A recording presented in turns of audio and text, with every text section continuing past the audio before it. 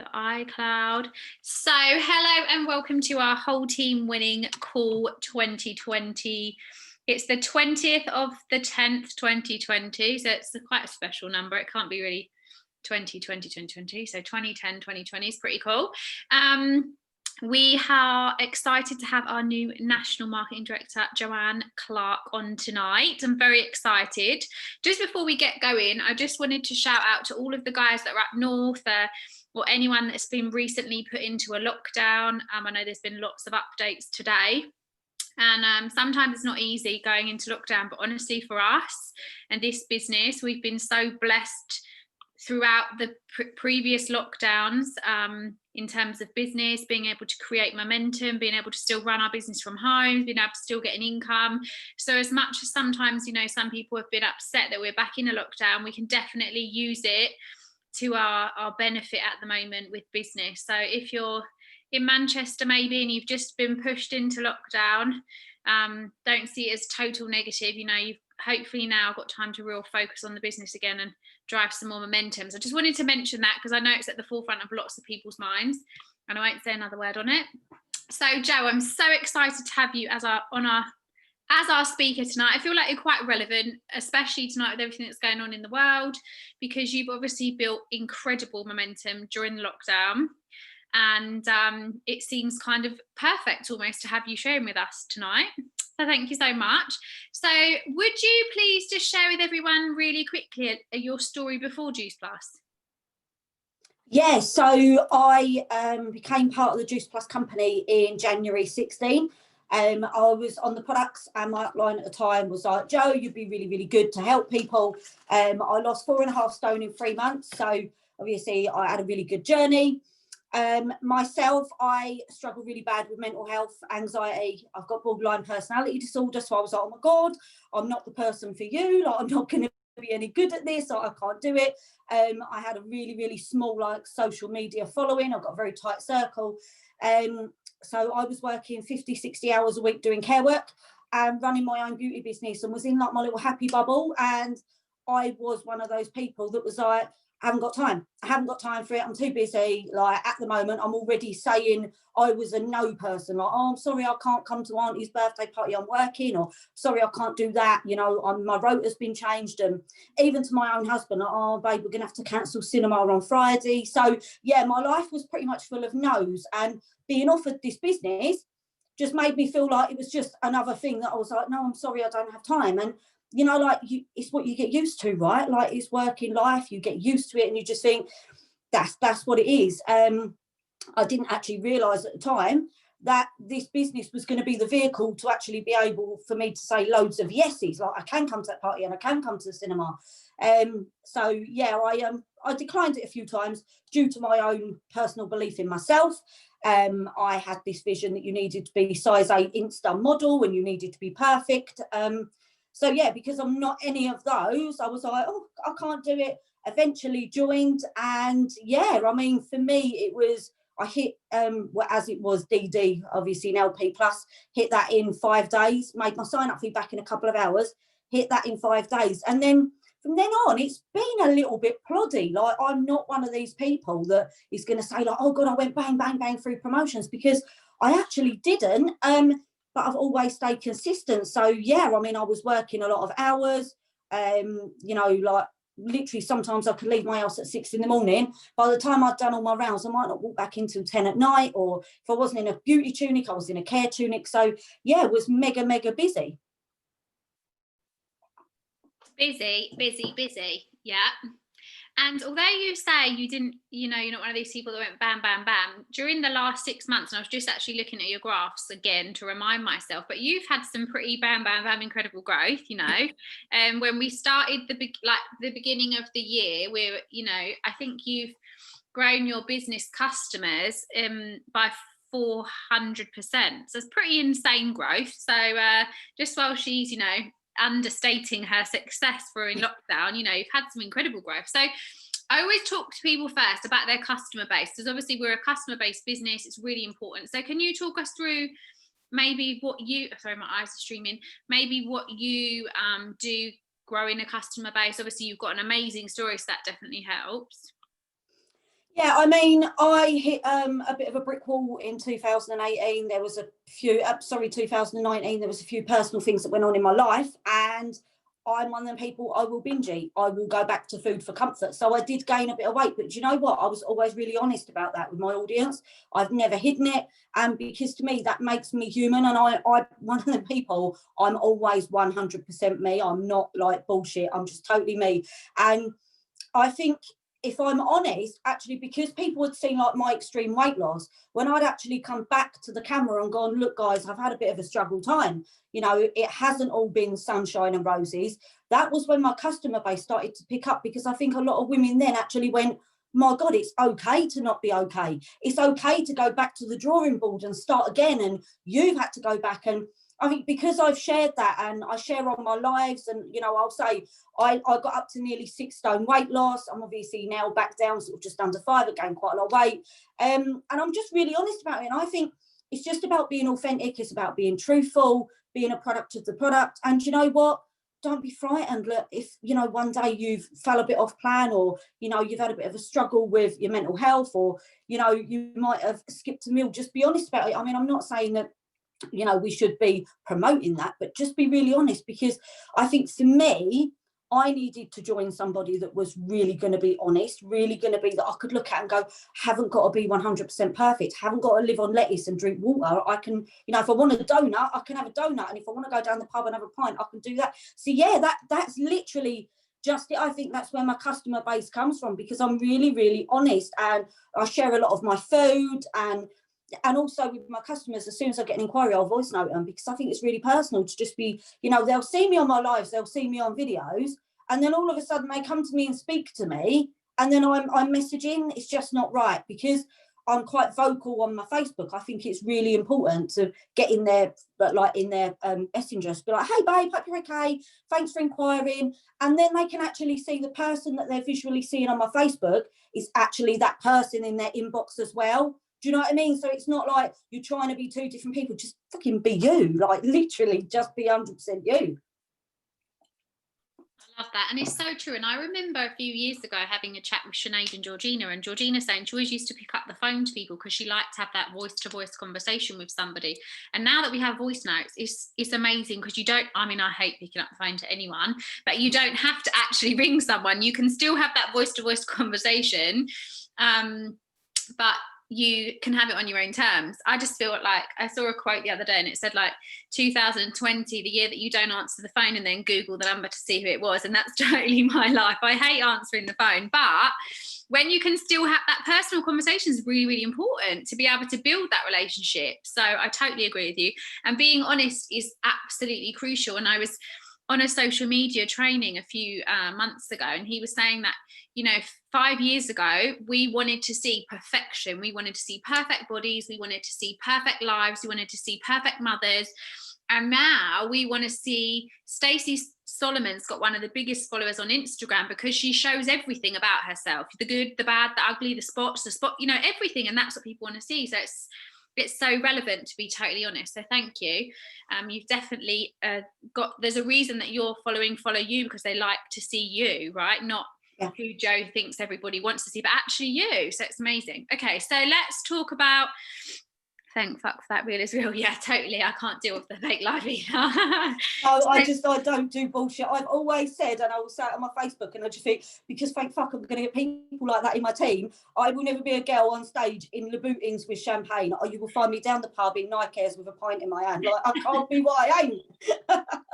And I'm always in my pajamas with a cup of tea, and I would prefer to go to bed with a cup of tea than go out and party, and I just can't help that. That's just me. Boring or not, that is who I am. So you have your pint. I think we were at Claire's. You had your pint. I had my cup of tea. And I'm as happy as Larry. Okay, so let's talk about team members. So obviously you've built an amazing team. You know, so how do you recruit from your customers? Do you think that you recruit in a different way?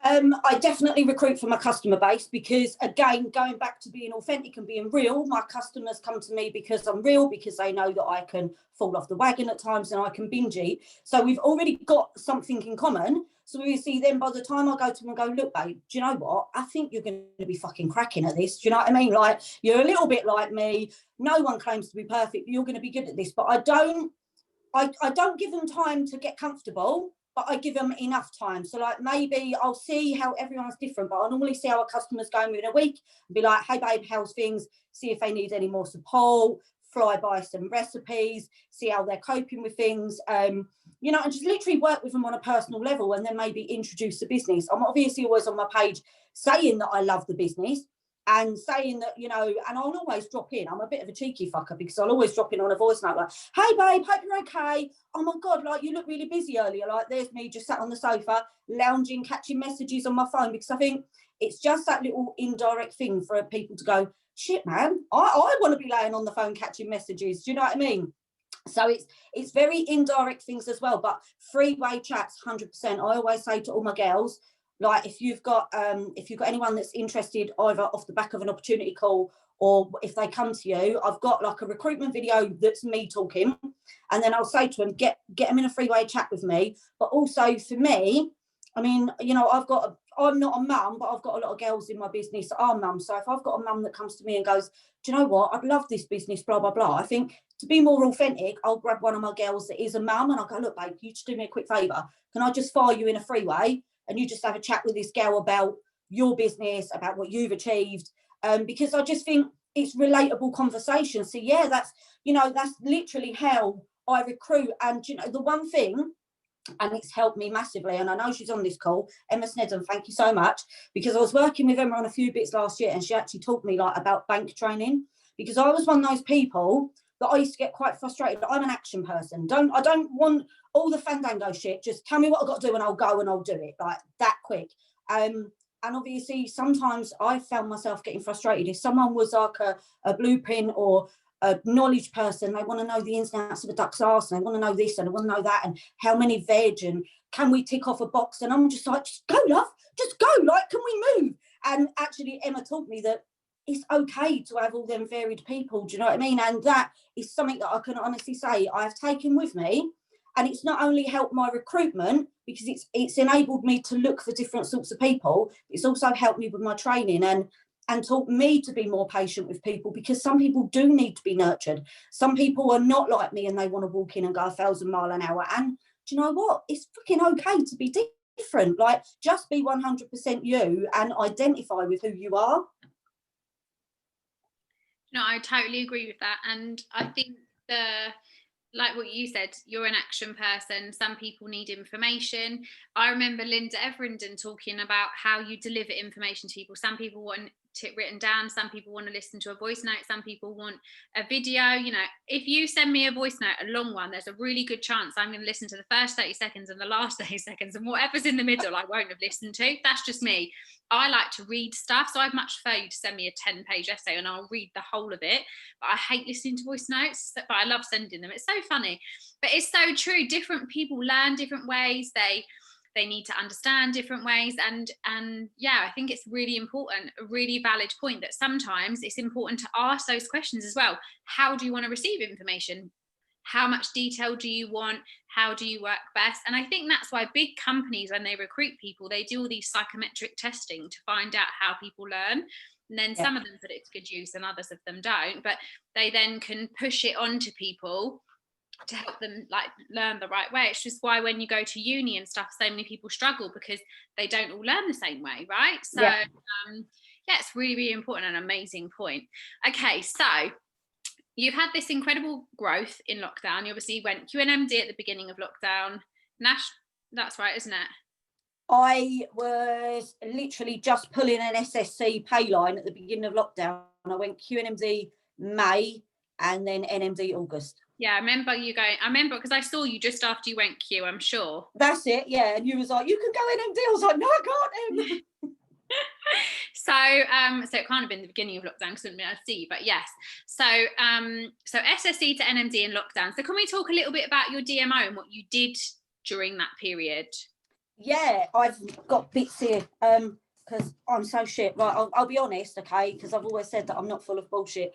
My DMO, I'm not lying, up until NMD has always been in my head, 100% in my head. And my upline will tell you that. They was always like, Jo, write bits down. I'm like, mate, I'll lose it. Like, literally, I'm not even joking, guys. This is Jo's like NMD business, just bits of paper. Like, I'm terrible, I'm the worst. But I've actually got one girl in my team who is so structured, so on her DMO, and I've literally, she's one of my SC legs, and I was like, mate, I'm the NMD now, you're my accountability buddy. So we've actually done a DMO between us, and I've got like a little like whiteboard, and I tick things off daily. Like, I'm the NMD upline. She comes to me like, Jo, you tick bits off. I'm like, yeah, mate, I'm good. So I literally, my DMO is like interact on 50 stories, chase and return likes, add 50 people daily. This is another tip as well. It's probably not very nice, guys. I have got a heart, please don't take this personally wrong, but it's the only way that I can move around my Facebook. So I've got I'm always bouncing around 5,000 friends. So what I tend to do, and it is shit, so but I'm not recommending it, it's what I do. You know, when it flashes up and you do your happy birthdays, what I'll do is I'll check that person, check when I last interacted with them, how long we've been friends, if they've inquired. If we've been friends since like 2016 and we haven't spoken and there's been no interaction, I'll just unfriend them on their birthday. So I'm like, I don't need you here. And it frees up a friend space. So guys, honestly, if you get unfriended on your birthday, don't take it personal. It's just me clearing my friends list up. So you see, it's just the quickest and easiest way. I remember I've just seen Deb's comment come up. I remember telling Deb that and she cracked up. I always offer the business to people, but I don't offer the business in a term that is sort of like in your face. I'll always offer, you know, if you've got 5 minutes to spare just to watch a short video about what I do, and then I'll send that video over. And I think it gives someone the opportunity to say yes, no, watch it, and also it leaves me an open door that I can pop back and be like, hey hun, do you ever watch that video? So yeah, that will be like part of my DMO, active story. Always try and get polls on my stories, and I'm really cheeky, so I'll always try and put a poll in an area where if people are just going through their story, they're going to hit my poll, because then it's another open door for me to go back like, hey hon, you voted on my poll, hope you're well, would you like some more info? Because even if they say, oh sorry babe, it was an accident, I'll be like, oh, okay, no worries babe, anyway, how are you, how's lockdown been?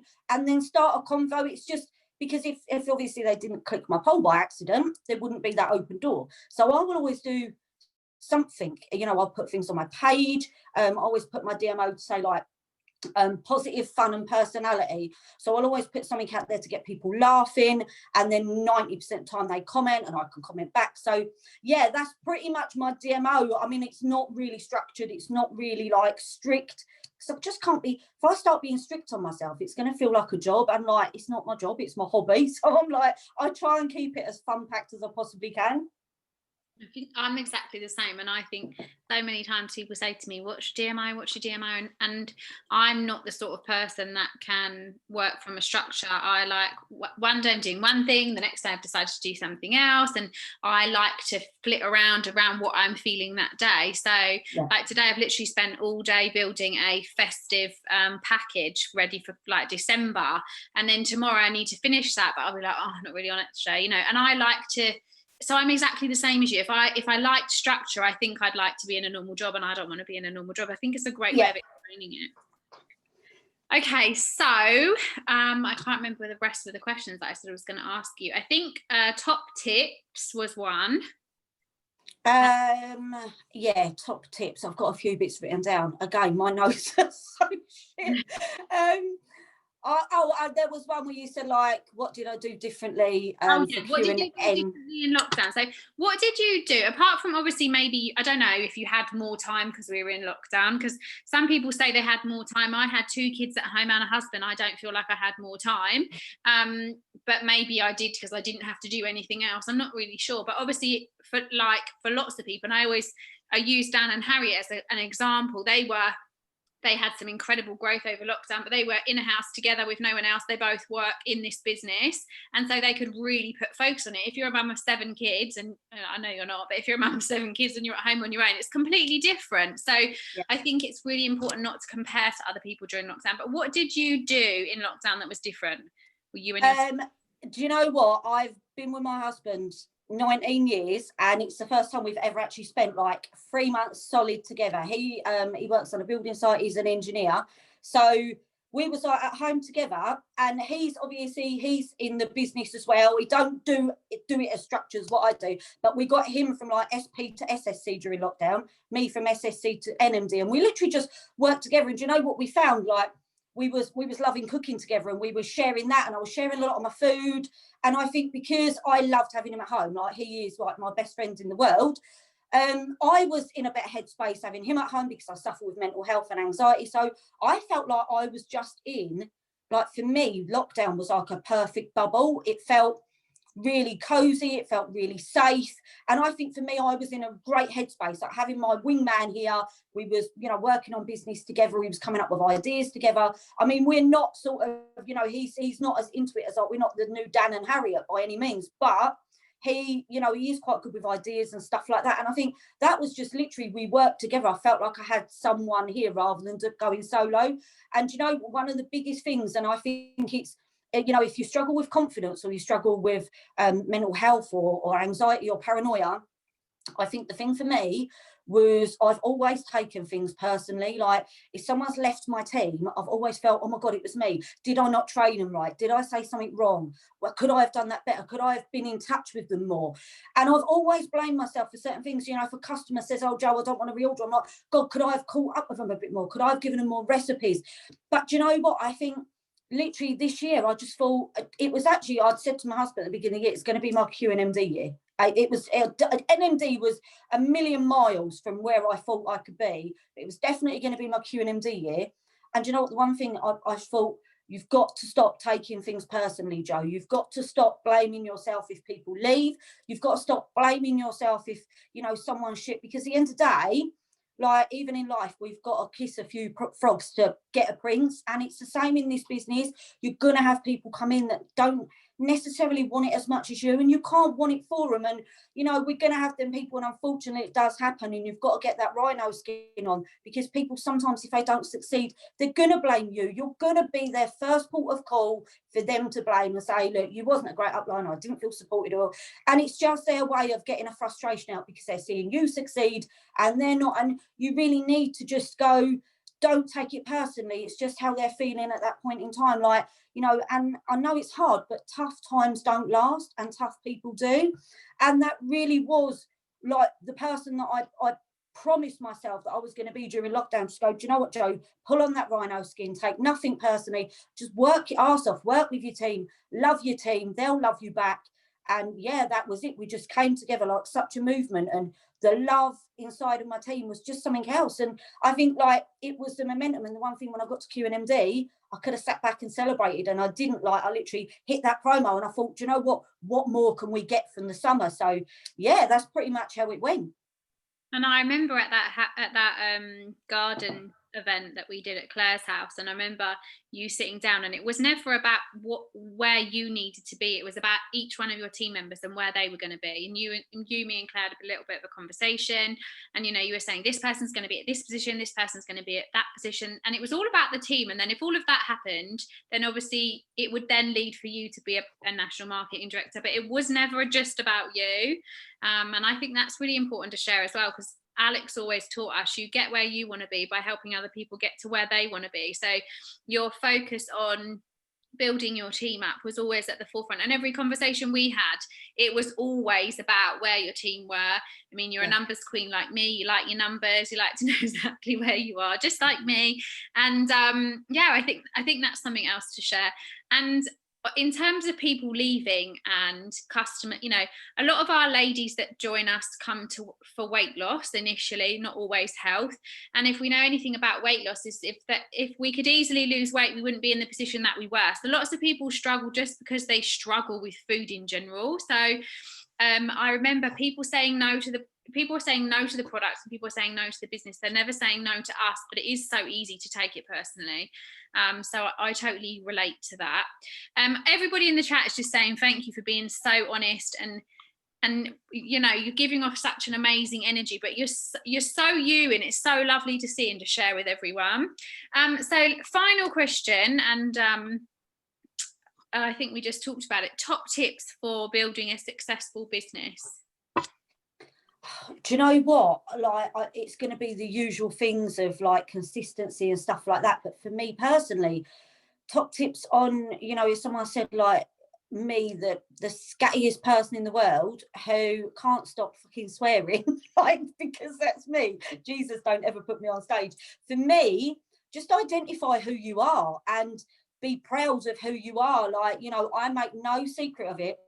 I'm a girl from a single parent council estate. Mum brought us 4 kids up on her own. I don't come from a posh background. I don't come from a big money background. Yeah, okay, life is really lovely now, got my own house, but just be you and be authentic. And for me, that, you know, whatever it is in life, whether it be this business or building up your own self-confidence, just fucking be you. Don't be fake, you know. Let people in as well. Now, this business has taught me so much about myself, because I never used to let people in. I had such a small circle. I've got serious trust issues. I suffer really bad with paranoia, but like, my top tips would be just let people in, you know. Although the old saying is not everyone that smiles at you is your friend, there's some really good people out there. And I found the more I've opened myself up in this business, haven't been paranoid about, oh, why are they adding me? Why do they want to get on my Facebook? Because I was very much that person, like, why is someone from the same company adding me? What do they want? As in to go, well, do you know what?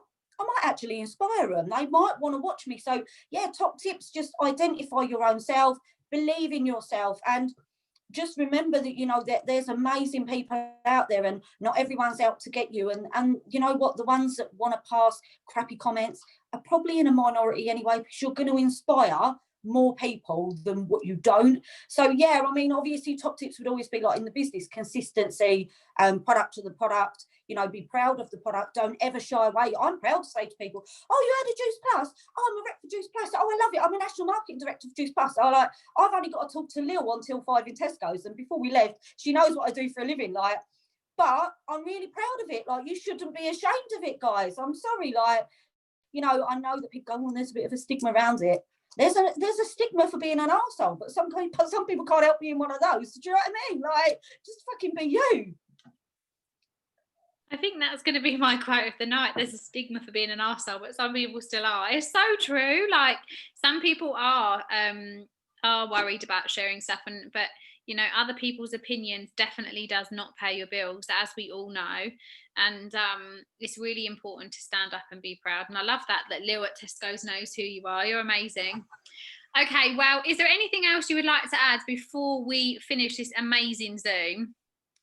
No, I think we've pretty much covered everything. I always worry, I'll get serious social anxiety. I'm like, I'm not that inspiring. Who's going to want to listen to me?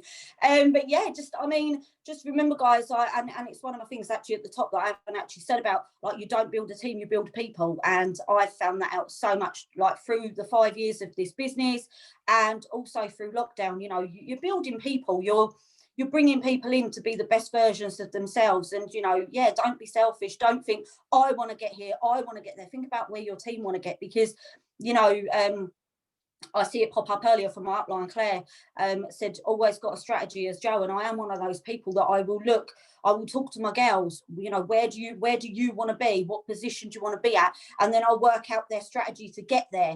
And then I'll work out other people's. And by just helping other people, your business will naturally grow without you being a selfish fuck. Do you know what I mean? Like, it really is that simple. You know, not everyone is going to clap for you every day. You're not going to get 1,000 likes on your pictures every day. But you know what? Be your own round of applause. Love yourself. Love your own profile, and just be you. You can't be anything else in this world other than yourself. Thank you so much. And you say, you know, you're worried, but you kept 400 people on this call all the way to the end, Jo. So I'm glad I didn't know that. 402 people all the way to the end, so be proud. Thank you so much for your honesty, for your inspiration, for your advice, everything you've done, for all your hard work through lockdown. And thank you guys for joining us. Thank you so much, Jo. You were amazing. Thank you. Thanks for having me. Okay.